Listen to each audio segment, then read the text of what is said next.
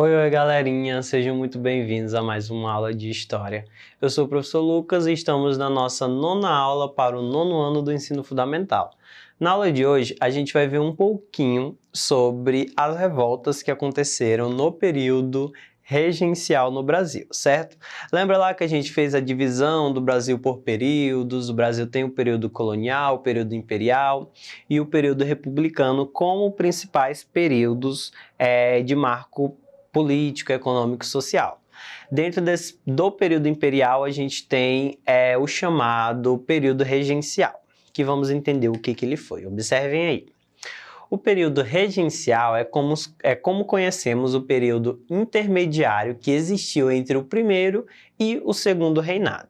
Estende-se de 1831 a 1840 e foi iniciado após o imperador Dom Pedro I ter abdicado do trono em favor de seu filho no ano de 1831. Foi encerrado em 1840 com o que ficou conhecido como o Golpe da Maioridade, que garantiu a coroação de Dom Pedro II como imperador do Brasil. Basicamente, o imperador Dom Pedro I, que foi quem declarou a independência do país, do Brasil, ele teve que abdicar do trono para poder voltar para Portugal. E aí ele abdicou e, como diz a lei do trono, certo? As leis reais, quando um rei, um príncipe, um imperador sai do poder, sai do seu trono, quem assume é o seu filho, certo? Só que o filho de Dom Pedro, na época, tinha cerca de 5 anos de idade, ele era uma criança, então ele não podia assumir as administrações políticas do país, certo? E por isso que foi instaurado o período regencial, onde regentes, pessoas que funcionariam com o papel regente, assumiriam o poder até que Dom Pedro II atingisse a maioridade. Só que houve o golpe da maioridade, que foi quando o Dom Pedro II passou a virar imperador, porque ele deu esse chamado golpe da maioridade e se transformou, vamos dizer assim, em maior de idade com apenas 14 anos de idade, entre 14 e 15 anos, certo? Então é aí que ele passa a efetivamente assumir o trono do nosso país. Só que nesse período regencial a gente teve uma série de revoltas que marcaram todos os aspectos do nosso país e aconteceram em diversos locais do nosso país. Essas revoltas, elas buscavam principalmente uma igualdade de vida e com cada uma, claro que uma reivindicação diferente. Por isso que a gente vai ver um pouquinho delas agora, a gente não vai as estudar profundamente, porque a gente não tem muito tempo para fazer isso. Então vamos ver resumidamente cada uma delas. Primeira delas, a cabanagem, que aconteceu na região do Pará, ou da época do Grão-Pará. No Pará, uma minoria branca composta de pequenos comerciantes portugueses, franceses e ingleses estava concentrada em Belém, por onde fluía uma pequena produção de tabaco, borracha, cacau e arroz. A maioria da população era formada por indígenas, escravizados e também dependentes. Com uma tropa com negros e indígenas em sua base, a cabanagem atacou e conquistou Belém, estendendo-se até o seu interior. Os revoltosos declararam a independência do Pará, mas não apresentaram nenhuma saída efetiva para o Estado. A rebelião acaba que foi vencida pelas tropas legalistas. E aí tem uma imagem que é uma paisagem frequentada pelos rebeldes cabanos durante esse movimento no século XIX, certo?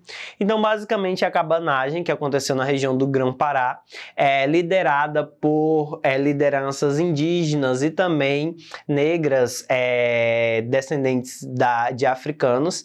Eles acabam que promovem uma revolta, tomam a região de Belém de todas as tropas legalistas que estavam ali, certo? E assumem o poder do Pará durante essa revolta.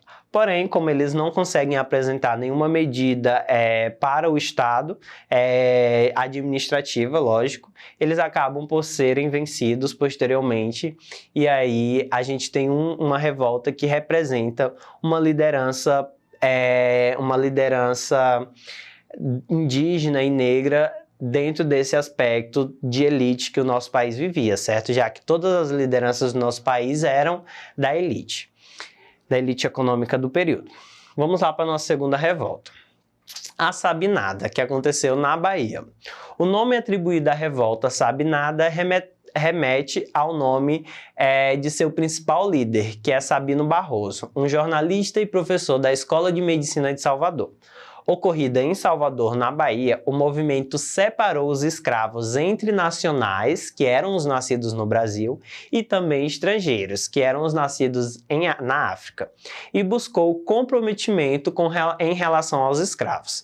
Caso a revolta tivesse sucesso e a tomada de poder se concretizasse, os escravizados nacionais que tivessem pegado em armas seriam libertados. Mas as forças governamentais logo recuperaram a cidade de Salvador numa luta violenta que gerou aproximadamente 1.800 mortes. E aí tem uma foto da Sabinada que visava separar a Bahia do controle da coroa portuguesa. Então é basicamente uma mesma reivindicação da cabanagem, que é uma independência política e autonômica dentro do território, aqui no caso da Bahia, certo? E aí, liderada também por escravos, eles não chegam a tomar o poder da região da Bahia, mas conseguem ainda promover uma rebelião que vai eclodir e vai, logicamente, chegar até os governantes da época, certo? Vamos lá para a terceira, a Balaiada, que aconteceu no Maranhão. A Balaiada foi uma revolta ocorrida no Maranhão, iniciada por conta de disputas entre as elites locais. Os revoltosos tiveram como líderes Raimundo Gomes e Francisco dos Anjos Ferreira, um vendedor de balaios, que é uma espécie de cesto, certo? Para carregar alimentos e enfim. Enquanto Ferreira tinha uma motivação pessoal ao entrar na revolta, que era vingar sua filha violentada por um capitão da polícia, Cosme, um novo líder, aparece à frente de 3.000 escravos fugidos que se juntaram à balaiada. Os revoltosos saudavam a Igreja Católica, a Constituição e Dom Pedro II, e não apresentavam grandes preocupações sociais ou econômicas. Logo foram derrotados em meados de 1840 pelas tropas do governo. E aí tem uma imagem das tropas do Império que se preparam para atacar os revoltosos da balaiada. Então eles acabam que foram derrotados pelas tropas do Império. Esses revoltosos que entram ainda em conflito com as tropas do governo, mas não conseguem alcançar os seus objetivos do movimento, certo? Vamos lá para um próximo movimento. A Revolta dos Malês, que aconteceu na Bahia também. A Revolta dos Malês foi organizada por muçulmanos de origem iorubá, que eram chamados nagôs, que viviam na Bahia. Durou menos de um dia, mas é uma importante revolta que demonstra a organização entre os sujeitos escravizados do período. Com a maioria da população de origem africana, esta era uma questão latente na Bahia. Escravos e libertos urbanos circulavam pela cidade e dividiam os trabalhos diários, e às vezes até as moradias, formando laços de sociabilidade e solidariedade, que facilitavam as ações políticas. Os trabalhadores urbanos, mais alguns escravos de engenho, decidiram se rebelar com a intenção de formar uma Bahia Malê, que seria controlada por africanos, tendo à frente representantes muçulmanos. Mesmo intencionando a tomada de poder, logo a revolta foi controlada. E aí tem uma imagem que mostra alguns escravos de ganho que eram os principais participantes da revolta dos malês. Então foi uma revolta de um grupo africano específico, certo? Que é o povo de origem iorubá, eram chamados nagôs, que pretendiam se unir dentro de um laço de mesmo ideal, já que eles tinham esse laço de proximidade uns com os outros, para tentar se reunir e se rebelar contra os seus senhores, os seus governantes, e tentar tomar essa região da Bahia e criar uma Bahia muçulmana, certo? Já que eles eram a religião que eles seguiam desde suas origens africanas. Certo? Vamos lá para uma outra revolta. A Revolução Farroupilha.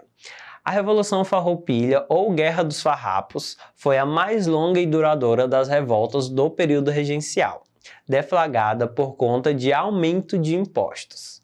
Mas, em 20 de setembro de 1835, foi proclamada a República Rio-Grandense, tendo como líder Bento Gonçalves, que governou a província em 1837. Com o comando de José Garibaldi, proclamaram em Santa Catarina a República Juliana. A revolta ultrapassou o período regencial e só foi finalizada no segundo reinado. Então, basicamente, essa revolta também tinha esse objetivo de uma independência, uma autonomia política da região. Ela aconteceu ali na região sul, certo? Principalmente no estado ali da atual Santa Catarina, certo? É onde foi declamada a República Juliana, que era uma república dessa população que vivia ali na região e ficaram indignados com o aumento de impostos do governo e passaram a tentar organizar uma própria organização. Como eu falei para vocês, todas essas revoltas que a gente viu aqui, a Cabanagem, Sabinada, Balaiada, a Revolta dos Malês, a Revolução Farroupilha, elas aconteceram no período regencial, certo? Então foi um período que foi marcado por essas revoltas que tinham como principal reivindicação geral uma melhor qualidade de vida, um melhor reconhecimento, uma independência política, uma autonomia política, tanto é que a maioria deles queriam se livrar da dependência do governo e passar a instituir um novo território, certo? Então, agora que a gente já viu todas essas revoltas e também entender um pouquinho do período regencial, vamos fazer duas questões para melhor fixar o conteúdo. Primeiro, o período regencial foi marcado por uma série de revoltas em vários pontos do Brasil. Sobre as revoltas ocorridas no período regencial, indique qual das alternativas abaixo está incorreta. Incorreta. Letra A, Balaiada no Maranhão. B, Sabinada na Bahia. C, Inconfidência Mineira em Minas Gerais. Ou D, Revolta Farroupilha no sul do país. A alternativa incorreta é a letra C, certo? A Inconfidência Mineira ela não ocorre no período regencial. Segunda questão, observem aí. Tem um trecho. Explodiu na província do Grão-Pará o movimento armado mais popular do Brasil. Foi uma das rebeliões brasileiras em que as camadas inferiores ocuparam o poder. Ao texto podem se associar, letra A, pode ser associada ao texto a regência e a cabanagem, B, o primeiro reinado e a praieira, C, o segundo reinado e a farroupilha, ou D, o período joanino e a sabinada. A alternativa correta é a letra A, certo? O texto pode ser relacionado à regência, que foi o período em que acontecem as revoltas, e também a cabanagem, que é a revolta que ele cita lá em cima, que acontece na província do Grão-Pará, certo? A atual estado do Pará. Então, é isso. Eu espero que vocês tenham conseguido compreender os objetivos da nossa aula. Para ter acesso a essa aula na íntegra, acessem a plataforma Eduque no site da Secretaria de Educação, que a gente vai ficando por aqui. E tchau, tchau. Até uma próxima.